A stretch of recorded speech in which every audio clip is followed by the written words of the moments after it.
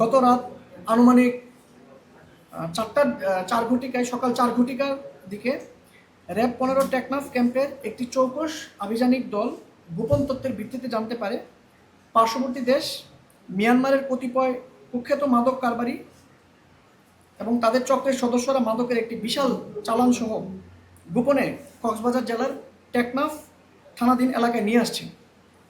উক্ত তথ্যের ভিত্তিতে অদ্য ভোর আনুমানিক 4:30 ঘটিকায় আমাদের চৌকস আভিযানিক দলটি সাবরাং ইউনিয়নের সাবরাং খালের দক্ষিণ পাশে মণ্ডলপাড়া শাকিনস্ত মোহাম্মদ কবির হোসেনের জমিতে ইয়াবা কারবারিদের ইয়াবা সহ দেশে প্রবেশকালে অভিযান পরিচালনা করে। র্যাবের উপস্থিতি টের পেয়ে তারা সবাই দৌড়ে পালানোর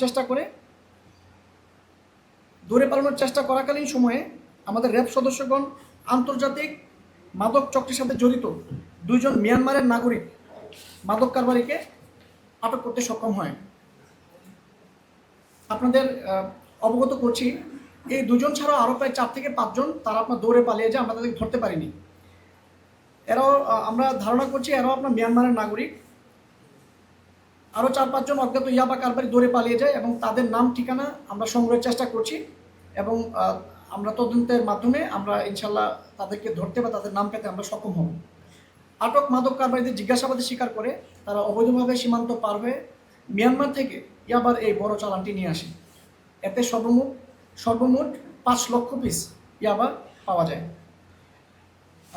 গ্রেফতারকৃত আসামিরা আমরা যে 2 জনকে ধরতে পেরেছি, এই 2 জনই আপনার মিয়ানমারের নাগরিক। তাদের তাদের তাদের বাসস্থান হচ্ছে মিয়ানমারের আরাকান রাজ্যের মংডু থানাধীন ভুসিডং জেলার অধিবাসী। তাদের একজনের নাম মোহাম্মদ সাজেদ, বয়স 32 বছর, পিতা মৃত নূর মোহাম্মদ সায়েদ, গ্রাম হাইংখালি, মায়ানমার, এবং আরেকজন এনামুল হাসান, বয়স 33, পিতা মোহাম্মদ আব্দুল হামিদ, গ্রাম দলিয়াপাড়া, মায়ানমার। উভয় গ্রেফতারকৃতদের বিরুদ্ধে আমাদের আইনানুগ ব্যবস্থা প্রক্রিয়াধীন এবং আপনাদের অবগত জানাচ্ছি আমরা পরবর্তী সময়েও আমরা সবসময় ইয়াবার বিরুদ্ধে আমাদের যে কঠোর অবস্থান আমরা এই অভিযান পরিচালনা করব এবং আমরা ইয়াবা নির্মূলে আমরা সচেষ্ট থাকব এবং আমরা সবসময় আমরা একটা আইন শৃঙ্খলা যেন ভালো অবস্থানে থাকে আমরা স্পেশালি র্যাব 15 আমরা সর্বদা চেষ্টা করে যাচ্ছি। এই বিষয়ে আপনাদের সহায়তা কাম্য।